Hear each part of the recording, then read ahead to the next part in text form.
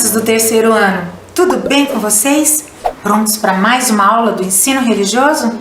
Estamos aqui juntos novamente para a gente aprender um pouquinho mais.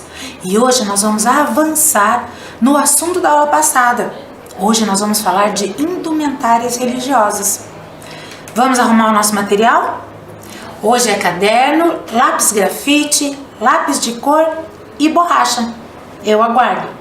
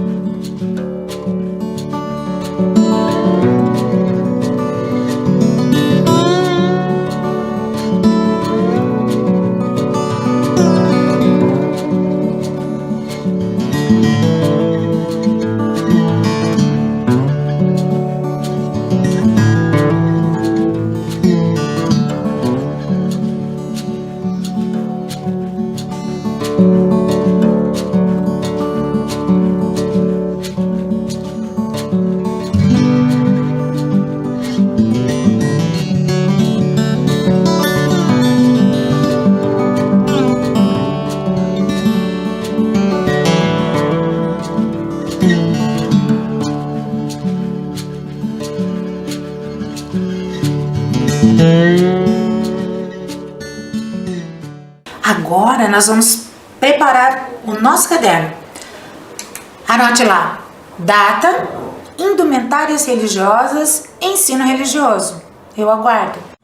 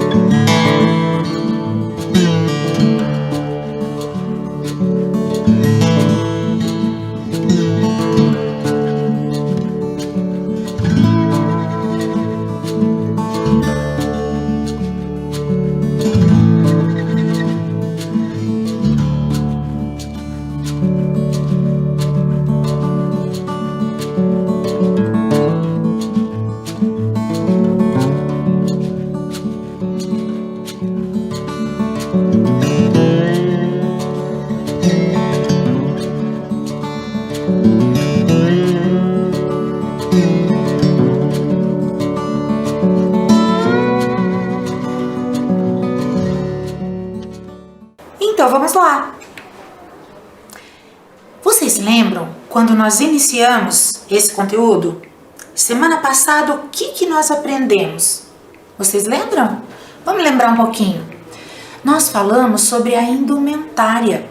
Nós falamos da evolução dela e também dos seus acessórios.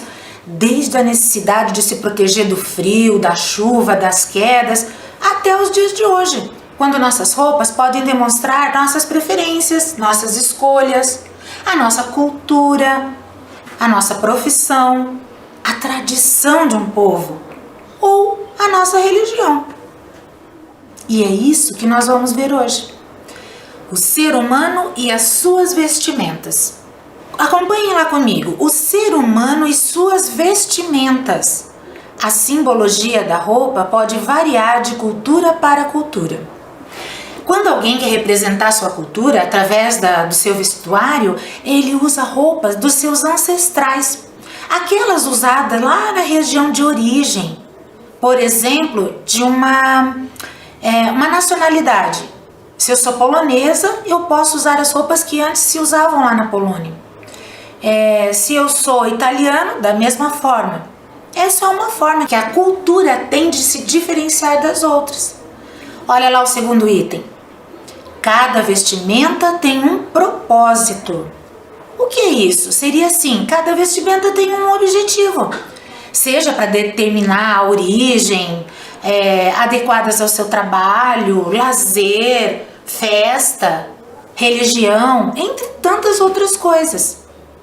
Terceiro item. A roupa pode padronizar ou diferenciar as pessoas. Padronizar significa todos com a mesma roupa, tipo um uniforme. Sabe aquele uniforme que vocês usam lá na escola? Então, eu sou aluno da Escola Municipal Professor Brandão. Eu consigo ver dentro da escola que somos todos iguais, mas pode também ser usado para diferenciar as pessoas. Se uma criança com o uniforme da escola estiver perdida num parque, todo mundo vai saber da onde aquela criança é e que não é ali o seu local, principalmente se ela estiver sozinha. Mas as nossas roupas também, então, servem para diferenciar? Sim. Por exemplo, um padre.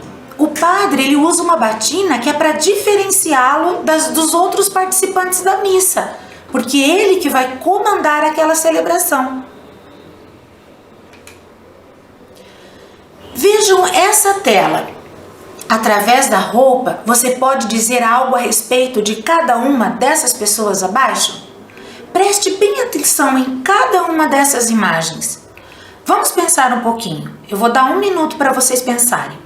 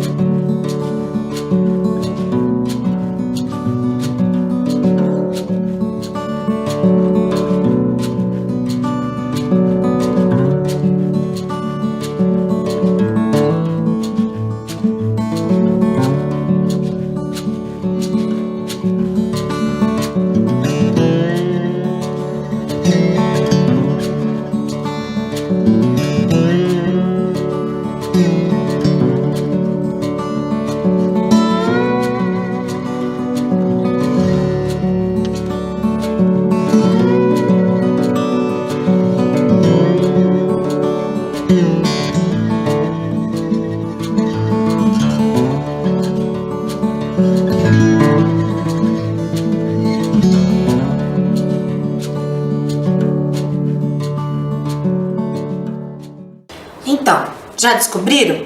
Veja lá na tela.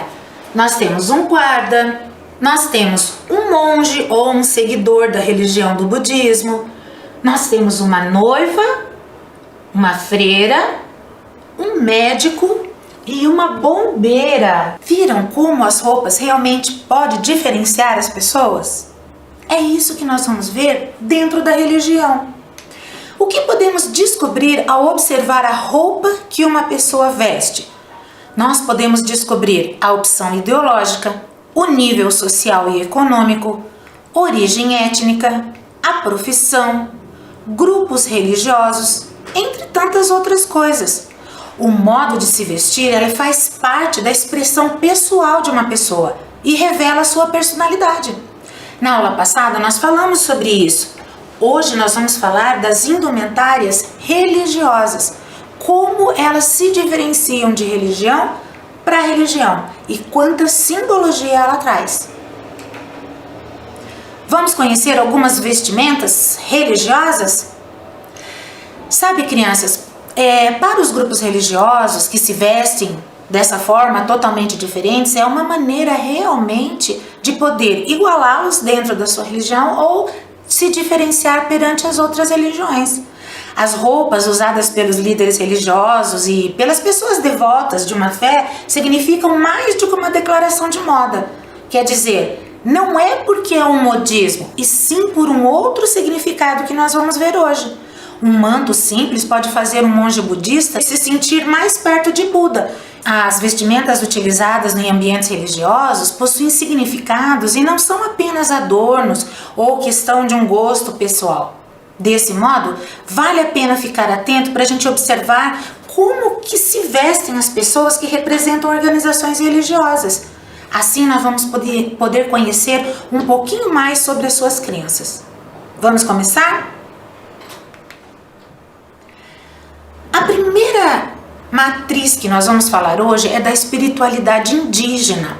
Os indígenas, eles carregam no corpo e no rosto a identidade cultural do seu povo. As pinturas são as marcas de muitas etnias e são diferentes. Cada uma possui a sua marca. As tintas são feitas de elementos naturais, como o urucum, o genipapo, e podem manter-se na pele, sabe por quanto tempo? De 15 a 20 dias, bastante tempo. As plumas, elas são utilizadas de duas maneiras. Uma para colar as penas no corpo e para confecção de decoração, como tangas, cocares, colares, pulseiras, brincos, ornamentos nasais, labiais, auriculares, máscaras, enfeite de cabelo, manto. Olha quanta coisa pode ter dentro dessa matriz indígena. E todos eles confeccionados pela própria comunidade, pelos indígenas que fazem parte daquela comunidade. A pintura no corpo, ela é muito importante para as culturas indígenas, porque ela indica um lugar na sociedade e se relaciona com forças naturais e sobrenaturais. Os padrões dessa pintura podem parecer comuns aos nossos olhos, mas eles podem estar relacionados à vida e à mitologia de cada grupo indígena, aonde ele é praticado. Os indígenas, eles utilizam a pintura corporal como um meio de expressão ligado a diversos manifestos culturais da sociedade, da sua sociedade. Para cada evento, há uma pintura específica. É uma pintura diferente a da luta para da caça, ou para do casamento e para a morte também. Todo ritual indígena ele é retratado nos corpos dos indígenas, na forma de pintura. É uma expressão artística mais intensa que existe. Sabia que aquele cocar, dizem que é um adorno usado por muitas comunidades indígenas na região da cabeça? Lembram do cocar? Esse aqui, ó, do bonequinho. Sua função, ele varia de comunidade para comunidade. Ele pode servir tanto como um adorno, um enfeite, mas também como um símbolo poderoso de status, de classe social dentro da própria comunidade. O cocar, sabia que ele é conquistado por meio de atos de coragem e de batalha? Isso mesmo, para um indígena ter um cocar, ele precisa merecer esse adorno. A pintura corporal, ela utiliza tintas naturais, como eu já falei, e essas tintas vêm de árvores e frutos. A mais utilizada é preparada através do genipapo. É uma fruta muito apreciada pelos indígenas. Ela é coletada ainda verde, antes de amadurecer. Retira-se um líquido dela e quando entra em contato com a pele, sabe que cor que ela fica? Preta. E pode durar também até 2 semanas. A semente do urucum, que é um outro elemento da natureza, também é muito utilizado. Ela solta, sabe que cor de tinta? Uma cor avermelhada. Esses são utilizados, mas existem também outras maneiras de se realizar a pintura corporal. Cada comunidade possui um modo e uma técnica. Há, por exemplo, comunidades que utilizam um tipo de tinta diferente nas crianças do que são utilizadas nos adultos. Tem também essa especificidade. Olha lá algumas imagens que eu trouxe para vocês. Os povos indígenas, eles usam pinturas corporais como uma linguagem que comunica uma intenção. Uma cerimônia ou uma etnia que pertence tem sempre um significado nesses desenhos. Eles utilizam diferentes padrões geométricos para cada significado. Uns são mais quadrados, outros mais retangulares, alguns são de traçados mais fortes, outros são de traçados mais leves. Veja lá na tela o que significa cada um desses traçados. O primeiro é um adorno infantil, é uma pintura que é feita nas crianças. O segundo é uma pintura para casamento, é utilizada no noivo ou na noiva, como nós chamamos aqui na nossa matriz ocidental. A pintura das pernas são essas da terceira imagem, que é como se estivesse dizendo festa aonde todos dançam. A quarta imagem é uma pintura jabuti. Quem usa são as mulheres solteiras sem filho. E a última imagem representa a saúde. Então, conforme a situação, são feitos os adornos, todos com significados. E os colares indígenas? Não poderíamos deixar de falar deles. Existe uma expressão que diz: se você quer conhecer um guerreiro, olhe para o seu colar, porque em seu pescoço traz seus títulos, habilidades, capacidade e a sua formação ao longo da sua vida como membro de uma sociedade. Como são produzidos pelos próprios integrantes da comunidade, a simbologia ela se torna ainda mais particular. Cada colar é único para aquele que o possui. Agora, nós vamos falar da indumentária do budismo. As vestes usadas pelos monges budistas remontam ao tempo de Buda. Existem geralmente 3 componentes para o manto. Eles vestem uma peça de roupa interior, tipo uma tanga, um manto e uma túnica exterior.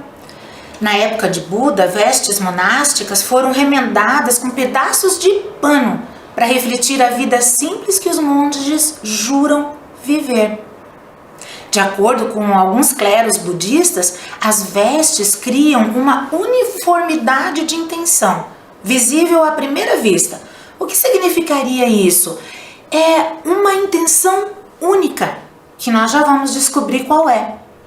Embora as cores dessas vestes variam de região para região, as vestes anteriores usadas por monges budistas eram provavelmente de uma cor amarelo-laranja, tingidas usando material vegetal, como a curcuma e o açafrão. A vestimenta dos monges chineses não evocam simplesmente o desapego ao mundo material. Os sábios chineses anunciam, através do seu chapéu redondo, que sabem as coisas do céu. Por meio dos seus sapatos quadrados, que sabem as coisas da terra. E por meio dos seus sonoros pingentes, que sabem se pôr em harmonia em todo e qualquer lugar. Sempre trazendo sabedoria e paciência. Essa indumentária se chama japamala. Ela é muito usada pelos budistas e também pelos hinduístas. É para concentração e orações. O japamala ele é um cordão sagrado feito de contas e ele é usado para ajudar o praticante de meditação a entrar naquele estado meditativo, aquele estado quieto, aonde ele pode fazer as suas orações e pedidos internos. O termo japamala tem origem no sânscrito. Já ouviu falar? Sânscrito? É uma língua muito antiga. É uma palavra formada por outras duas. Uma delas é o japa, que quer dizer ato de murmurar mantras ou nomes das divindades. E o outro é mala, que significa guirlanda, cordão. Por isso tem essa aparência. E os Hare Krishnas? Vamos estudar um pouquinho sobre a vestimenta dos Hare Krishna. Eles vestem as roupas devocionais, que significa que indicam a sua devoção, a sua fé na religião, no seu cotidiano e quando saem para as ruas para distribuir os seus livros para a população. Eles vestem essa roupa também quando eles vão num altar ou numa festividade. As mulheres usam o sari, que é uma roupa que envolve todo o corpo e não o deixa à mostra. O sari ele é um traje bastante feminino, puro e sagrado. Lá na Índia, pelo modo em que o sari é vestido, nós conseguimos identificar se é uma pessoa que vai para um templo, vai para a agricultura, para uma festa ou para um casamento. Nas cerimônias do casamento, por exemplo, o sari da noiva, sabe de cor é? Vermelho. Geralmente ele é bordado e muito bonito. O sari, ele tem uma metragem de 6 a 7 metros e meio. É bem grande e ele é usado também com uma blusa. A forma com que ele é envolvido no corpo é que faz a diferença de uma situação para outra. E os homens? Para os homens, a vestimenta usada é uma túnica que se chama kurta e o dote. Os devotos casados, eles vestem o dote, que é a parte de baixo, que é de algodão e mede uns 4 metros. Tem algumas pregas na frente e atrás também. A cor branca é para os casados. E as cores coral, açafrão e laranja são para os devotos solteiros, que ainda podem se casar ou não. E no judaísmo? No judaísmo tem o kippá, que é um pequeno chapéu em forma de circunferência utilizado no judaísmo, tanto como símbolo da religião, como também como representando um temor a Deus. Ele é usado em ocasiões especiais de devoção e por alguns é usado no cotidiano, mas a maior parte deles é usado numa celebração ou numa cerimônia especial. A palavra kippá significa arco e ele serve como uma lembrança constante da presença de Deus, que como um arco protege e guia. O kippá, ele também significa que acima da pessoa existe Deus. E Deus está acima de todos, observando a todo momento. Assim significa também humildade, a pessoa saber que está abaixo dele e precisando da sua proteção. Apenas os homens podem usar o kippá. Tem o talit, ou talis, como eles falam, que é um acessório judaico em forma de chale feito de seda, lã ou linho com franjas em suas extremidades. E ele é usado como uma cobertura nas preces judaicas, principalmente numa oração muito especial que é feita de manhã. Os homens, eles comparecem às cerimônias com roupas mais sociais, mais bem arrumadas, até com gravatas, os homens. E as mulheres sempre com uma saia pelo tornozelo, os braços tampados e normalmente com um véu na cabeça. Quando um visitante comparece às cerimônias, é aconselhado que ele se vista também de uma maneira apropriada, cobrindo um pouquinho mais o seu corpo. Não precisa usar, o visitante não precisa usar véu e nem precisa usar o kippá, mas a sua roupa precisa ser discreta. O kippá e o talit, que é um lenço que os homens usam para tapar a cabeça quando eles rezam, é reservado para os fiéis. Os visitantes, não. E agora nós vamos falar um pouquinho do cristianismo, a religião do cristianismo. Os homens, como que eles se vestem? Existe uma das vestimentas que é a batina, que tem como fim ser um sinal para os outros e para o padre. Para os outros, a batina ajuda a identificar o sacerdote no meio de outras pessoas. O padre, ele não pode passar desapercebido. Ele é o sinal de Deus, é a luz, é a referência dessa religião.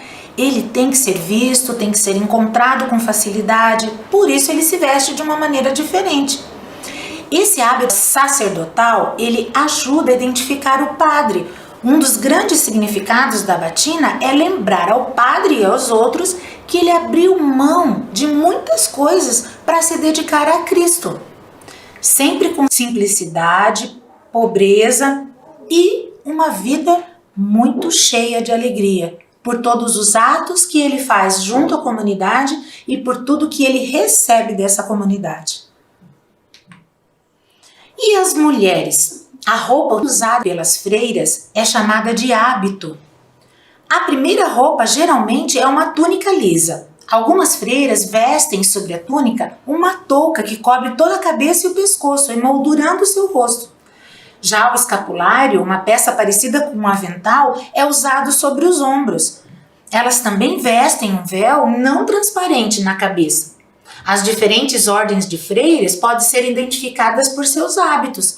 As dominicanas, por exemplo, vestem um hábito tradicional preto e branco, igual esse da primeira foto. Na hierarquia da Igreja Católica se percebe que na medida que o grau hierárquico aumenta, também a pomposidade e exuberância da vestimenta cresce, simbolizando assim a riqueza e a nobreza de espírito. Esses são os padres capuchinhos. O nome se deriva do nome do capuz dessa vestimenta. Se chama cappuccino. As ordens franciscanas que seguem os ensinamentos de São Francisco de Assis, que tem ele como pai fundador, usam túnicas longas, um capuz, cordas nas cinturas e calças. Na religião católica, a vestimenta pode muitas vezes identificar a ordem que o monge pertence. Por exemplo, os capuchinhos, eles utilizam um manto simples para simbolizar a simplicidade e um capuz, conhecido por tonsura, para proteger a cabeça, muitas vezes raspada. A tonsura, ela representa o abandono de toda a vaidade de uma vida consagrada a Deus. Podem também utilizar um cinto, um cordão, apresentando vários nós, como símbolo da fé, da esperança, da caridade e da penitência. Esse é um dos seus adornos, é o rosário. Esse acessório religioso, ele trata-se de uma oração e ele é constituído pela recitação de Ave-Marias em grupos de 10, sendo precedidos de um Pai Nosso e concluído com uma glória. Esses nomes que eu acabei de falar são nomes de algumas orações dessa religião. Durante o rosário, eles meditam os mistérios da vida de Cristo e de Maria. Quando usado no pescoço, é uma forma de proteção. E o islamismo? A roupa masculina tradicional se chama kandura, uma veste longa e branca com um lenço na cabeça chamado gutra. Ele é amarrado com uma corda preta, chamada agal. Por baixo, os homens costumam usar uma espécie de pano enrolado na cintura, para evitar transparências. E nem todas as mesquitas podem ser visitadas, vocês sabiam? Mas aquelas que recebem turistas têm algumas regras também. É obrigatório o uso do lenço para as mulheres e todos, mulheres e homens, precisam estar descalços. São ainda proibidas as roupas como saias curtas ou calções muito curtos. Não pode deixar tanto assim o corpo à mostra. Existe também um turbante, que ele é usado na cabeça e é utilizado em muitas religiões, incluindo o islamismo. Ele é feito com um pedaço longo e fino de tecido.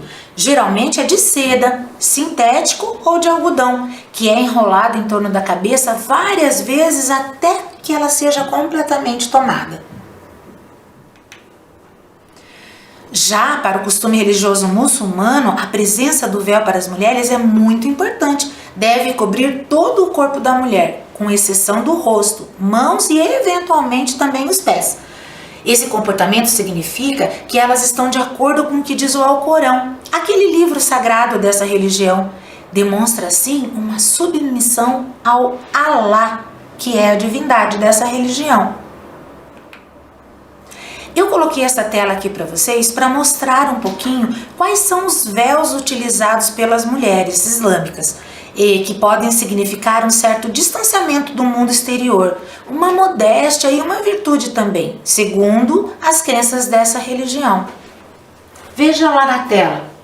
O primeiro deles é o hijab, que significa iludir o olhar. Esconde o cabelo, as orelhas e o pescoço. Deixa aparente apenas o contorno do rosto. O uso generalizado no mundo muçulmano. O segundo é o chador. É uma vestimenta tradicional das mulheres do Irã, principalmente as praticantes. Grande tecido semiaberto colocado sobre a cabeça. Esconde todo o corpo, exceto o rosto e as mãos. O terceiro é o niqab. É um véu integral, esconde todo o corpo, deixando uma abertura para os olhos. Seu uso se estendeu por influência do islamismo, principalmente na área urbana. E a burca, que é uma vestimenta tradicional dos tribos pashtuns, do Afeganistão. Cobre toda a cabeça e o corpo.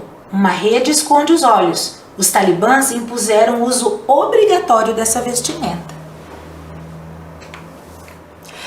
Quanta coisa, né? Viu como a gente conseguiu aprender e ver como realmente é tão diferente de religião para religião?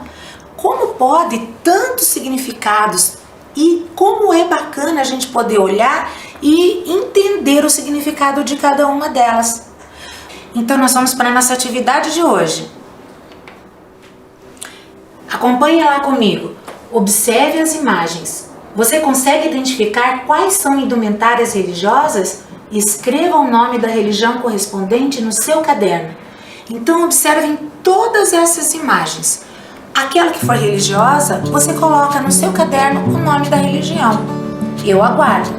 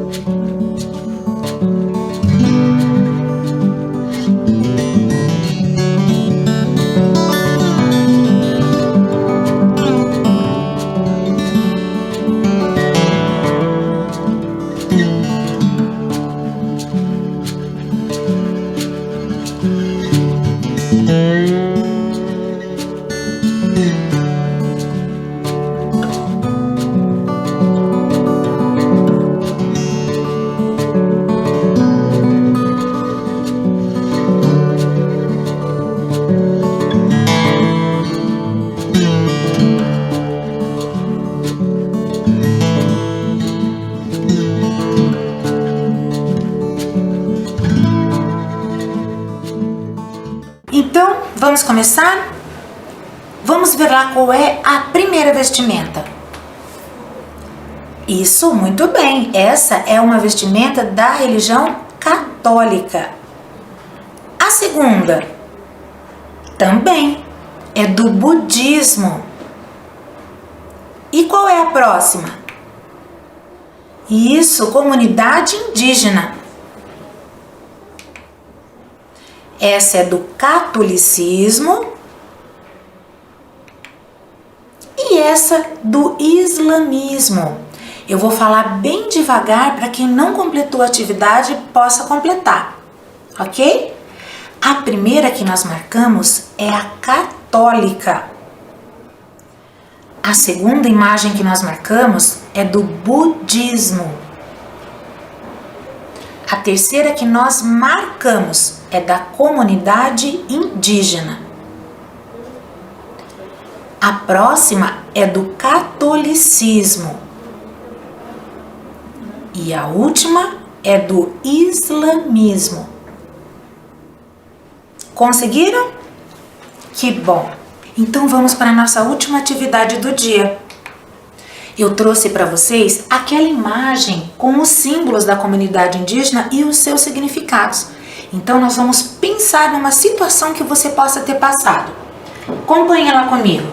Ao visitar uma aldeia indígena, você recebeu algumas pinturas em seu corpo. Quais delas foram feitas em você? Para representar, desenhe você com as pinturas em sua pele. Capriche! Então você vai ver ali em cima qual é a pintura que seria feita em você se você estivesse lá na aldeia. Eu aguardo!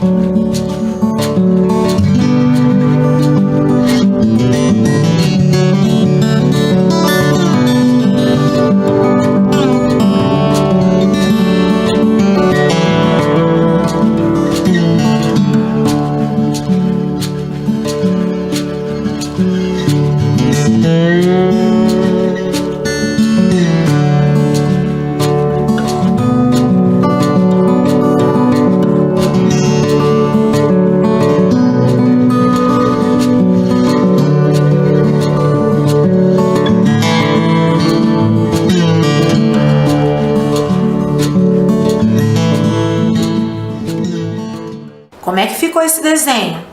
Lembre-se, hein? Quando nós voltarmos para a escola, leve o caderno para a escola e para a sala e mostre para a professora. Lá ela vai ver todos os desenhos e atividades que vocês fizeram. Então tem que estar bem caprichado. Combinado? Vamos revisar o que nós aprendemos hoje? Relembramos sobre a indumentária e suas funções na sociedade. Estudamos sobre algumas indumentárias religiosas. Na próxima aula, nós vamos continuar essas indumentárias falando de outras matrizes religiosas. Vai ser bem bacana também. E a nossa aula fica por aqui. E não esqueçam, crianças, lave muito bem as suas mãos. Até a próxima!